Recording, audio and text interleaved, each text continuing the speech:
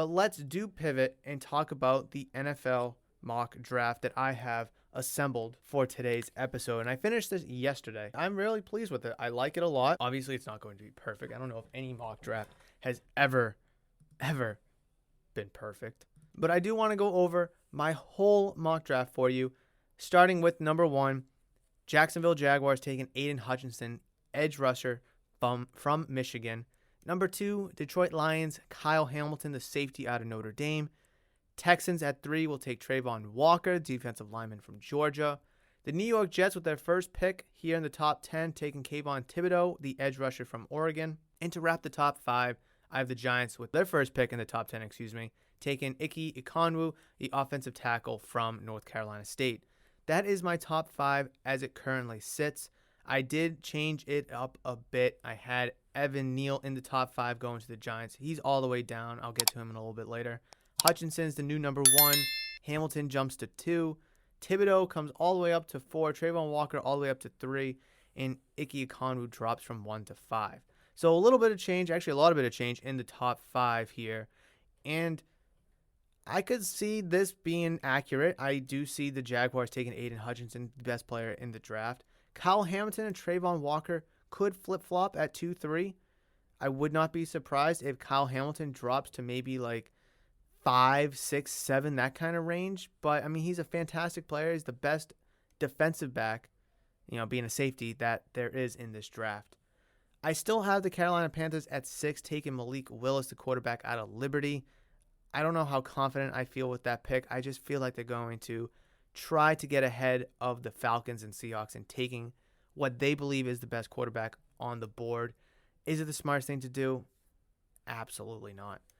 The New York Giants take Jermaine Johnson, the edge rusher from Florida State. The Atlanta Falcons take Drake London, the wide receiver from USC. Seattle Seahawks take Evan Neal from Alabama, the offensive tackle. I had him going 5, and now he's dropped down. Very big change right there. I know he's he's fallen all the way down to 9. I know he's had a little bit of struggle, but he's still arguably the best offensive tackle in this draft. And the Giants probably will have their pick between Ekwonu and Evan Neal at 5. And I absolutely see the Giants taking somebody at 5 with that second pick at 7.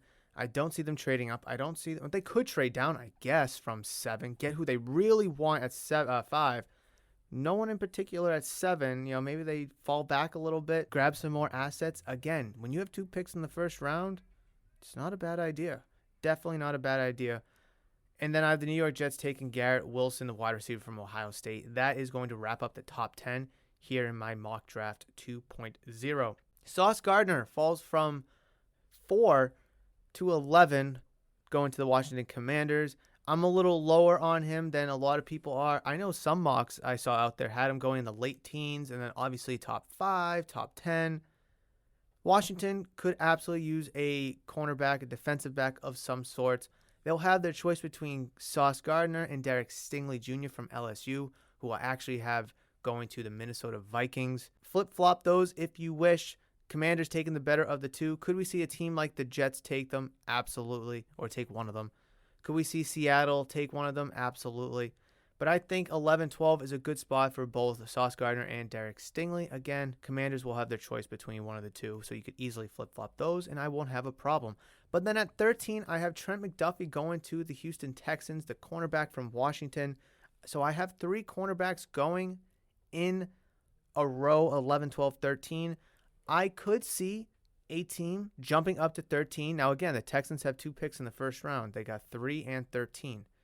So I could see a team from the late teens, early 20s, trying to jump and get ahead of the Eagles, the Saints, the Chargers, Eagles, Saints, and taking Trent McDuffie at 13, especially if they need a cornerback, and especially if Sauce Gardner and Derek Stingley go 11 and 12. You don't want to fear out and lose on Trent McDuffie at 13 if the Texans do take him, which I have them being mocked and taking them. Because those 3 are probably only 3 cornerbacks that should be going here in the first round. I do have another cornerback going in the first round. I'll get to that later on. But if you're a team and you're like, oh, smoke, Sauce Gardner and Derek Stingley are both gone, let's try to move up so we can get one of these guys before them 2 are off the board. Because I see the Ravens or I have the mock taking Tyler Lindbaum, the center out of Iowa. Philadelphia Eagles at 15, taking Jordan Davis, defensive tackle from Georgia. The Saints at 16, taking Trevor Penning, the tackle from Northern Iowa. Chargers taking Bernard Raymond, the offensive tackle from Central Michigan. Philadelphia Eagles taking Nakobe Dean, the inside linebacker from Georgia. And I just don't see a cornerback going there. And then I have the Saints taking Jameson Williams, the wide receiver out of Alabama. I'll get into that in just a second, but I do want to finish my discussion about the cornerback situation. I could absolutely see the Eagles or the Saints at 15-16 taking a cornerback. I could absolutely see the Eagles taking a cornerback at 18 if they pass on one at 15. And I could also see the Saints grabbing a cornerback at 19 if they too pass on one at 16. So if 2 out of the 3 cornerbacks are still there at 13, I don't know if a team will move up. It's tricky. It's really tricky. The Ravens or the Saints, I don't see them taking one. I'm sorry, the Ravens and Chargers, I don't see taking a cornerback. So could a team like the Bengals that need one trade up? Maybe, but I feel like it's going to be way too much of a stretch for them just to take a cornerback, which, I mean, was clearly their biggest weakness in the playoffs this past year. Clearly evident in the Super Bowl. Do you want to mortgage the future, though, to get a Trent McDuffie or a Sauce Gardner? Maybe. So look out in the early, or just look out in the whole teens, right? From 11 to 19.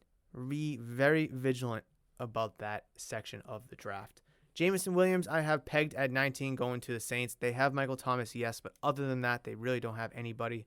This year is clearly a rebuilding year for the Saints, and I think they will get their quarterback in next year's draft, or maybe peruse on the market come next year. But bringing in Jameson Williams, let him take his time to heal. Then you'll have both Michael Thomas and Jameson Williams with the quarterback of the future for the Saints under center. I think that's a really good outlook for 2023. Obviously, you'll get Jameson Williams and Michael Thomas at some point together in 2022. But all you're at that point missing is the quarterback. And I think 2023 is what they're shooting for in terms of their short rebuild. Steelers still taking Kenny Pickett, the quarterback out of Pittsburgh. I know a lot of people are high on him. Me personally, I am not. But again, that is my own opinion. Could I see Pickett going to the Carolina Panthers at 6? Yes. I just don't think it's happening. I think Malik Willis is better of the two, and I think the Panthers will take the better of the two quarterbacks. Could they think that Pickett's better? Sure. Could I see Pickett going to 6 and Malik Willis dropping to 20? Yes. With Jameson Williams off the board to the Saints at 19, I had the Patriots taking a linebacker in Devin Lloyd, the linebacker out of Utah.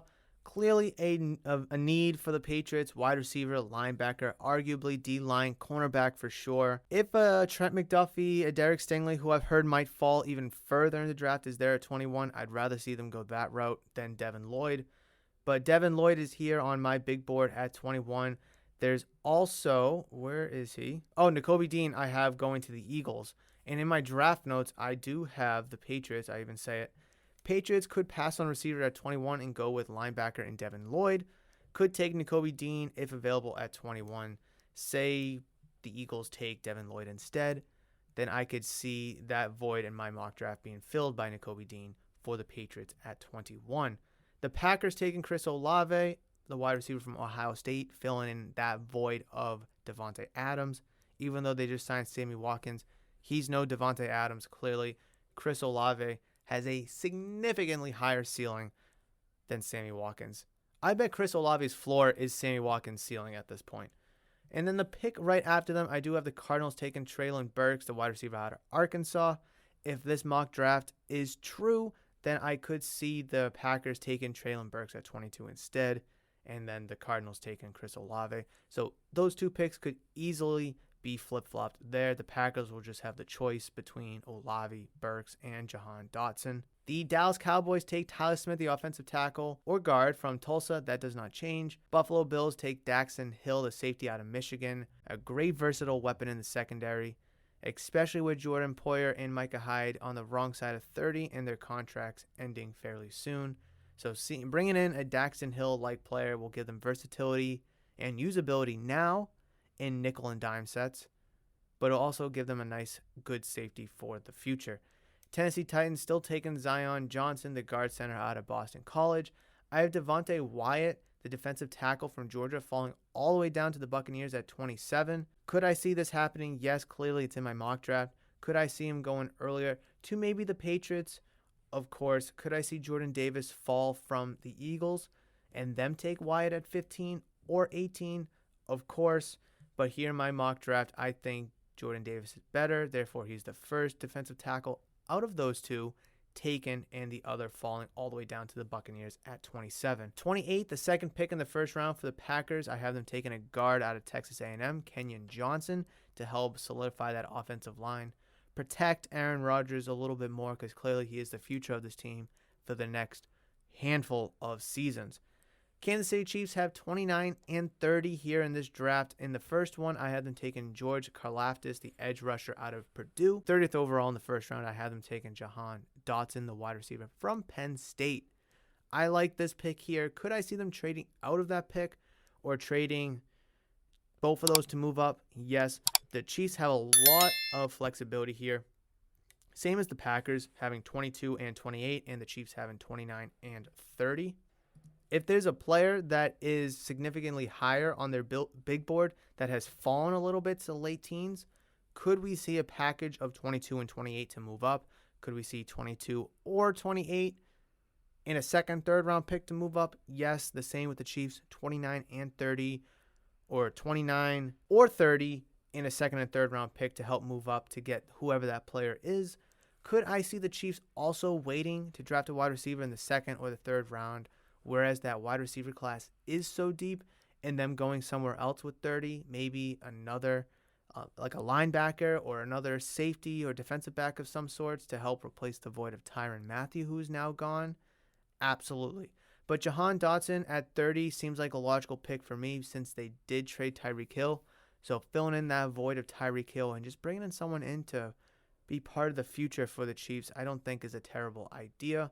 Cincinnati Bengals are taking the fourth cornerback in the first round, and that's Andrew Booth, the cornerback out of Clemson, again to help solidify and shore up that secondary.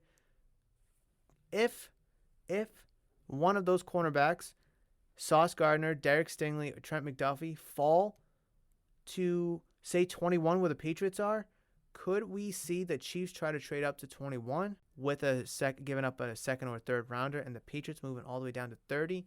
We could absolutely see that if one of those cornerbacks does fall, because the Patriots are known to trade back. They will never trade up, but they are known to trade back. And then the last pick here in the first round, I do have the Detroit Lions taking Matt Corral, the quarterback out of Ole Miss. Again, that does not change from my first iteration of my mock draft.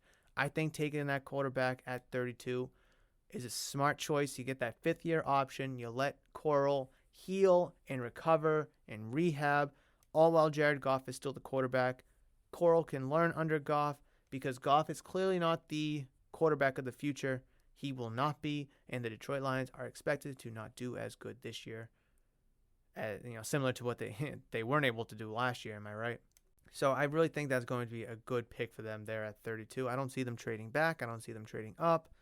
Staying there, take a quarterback, get that fifth-year option, go into day two with the 34th pick in the draft. So that is my full mock draft 2.0. I'm very proud of this list. I'm very pleased to see a lot of changes all throughout the first round, whether it's the top 5, the top 10, the back end of the draft, the middle of the draft. A lot of movement has happened, and I'm really pleased with this draft. Obviously, there's going to be even more changes come mock draft 3.0, which will be out sometime next week.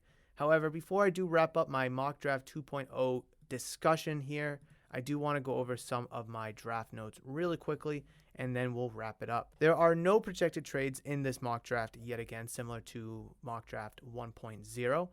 Defensive heavy in the top 5 picks, with the first 4 picks being defensive players. D-line and O-line take up almost half of the first round, with 15 total picks taken on defensive line, edge, offensive tackle, guard, center players. Half the first round, just about half the first round going on the trenches. Very important positions. Not the sexiest, not the flashiest, but extremely important positions, and a lot of positions of needs for teams here in the first round. The Giants have a choice of offensive tackle between Evan Neal and Ekonwu at 5. So again, I have them taking Ekonwu. Could they take Neal at 5? Absolutely. Either way, I see them drafting one of them at 5 and then using 7 on D-line. Could they trade out of 7 and have a team move up? Absolutely. That's also a possibility in itself. The Panthers still take Malik Willis at 6, although he's projected to go later in the first round. In my opinion, I would rather see him go again in at least double digits. I just think the Panthers will just really buy into Malik Willis because they don't want to fear losing him to, like I said, the Falcons or the Seahawks, maybe even the Commanders at 11. So there's a little bit of scare at 6 for the Panthers if they do end up passing on Malik Willis. Texans pass on getting Davis Mills, a receiver, in the first round. Sauce Gardner falls to Washington at 11, but I could also see him going before or even after 11. O-line heavy again between 14 and 17, which was the same as it was in mock draft 1.0. Saints draft Jameson Williams over Olave, Dotson, Burks at 19. If they do take a wide receiver at 19, they will have their choice between those 4, and I could see them taking either of the 4 at 19, but I do have Jameson Williams pegged to the Saints. Patriots pass on a receiver at 21 and go with linebacker and Devin Lloyd, which I already talked about because I think their need at middle linebacker is a very strong need and one that should not be neglected. However, I do think wide receiver will help you in the long term. Well, I guess both positions would really help you in the long term, if I'm being honest. So it's going to be really interesting to see what they do there. They will have options, but in this mock draft, I have them taking Devin Lloyd. Again, to reiterate, they could take Nakobe Dean if he's also available at 21. But I don't think the Patriots will have their choice in Devin Lloyd or Nakobe Dean, whoever is available out of the 2. And then the Packers give Rodgers a weapon in Olave, but they could either take Burks or Dotson here. So again, with the Saints drafting Jameson Williams over Olave, Dotson, and Burks at 19, I have the Packers taking Olave at 22, but they have their choice between Olave, Burks, or Jahan Dotson. So that is going to wrap it up for my mock draft 2.0 here for the 2022 NFL draft. I really hope you enjoyed this. I indulged deeply in the whole thing. Hopefully I was able to give you enough information as you need to help you get through the week. Kind of conjure up your own little mock draft thoughts and projections, as well as 3.0 will be out sometime next week, and I'm very excited for that. However, let's sit and simmer over my mock draft 2.0 and let's talk about it in the comment section below here on YouTube.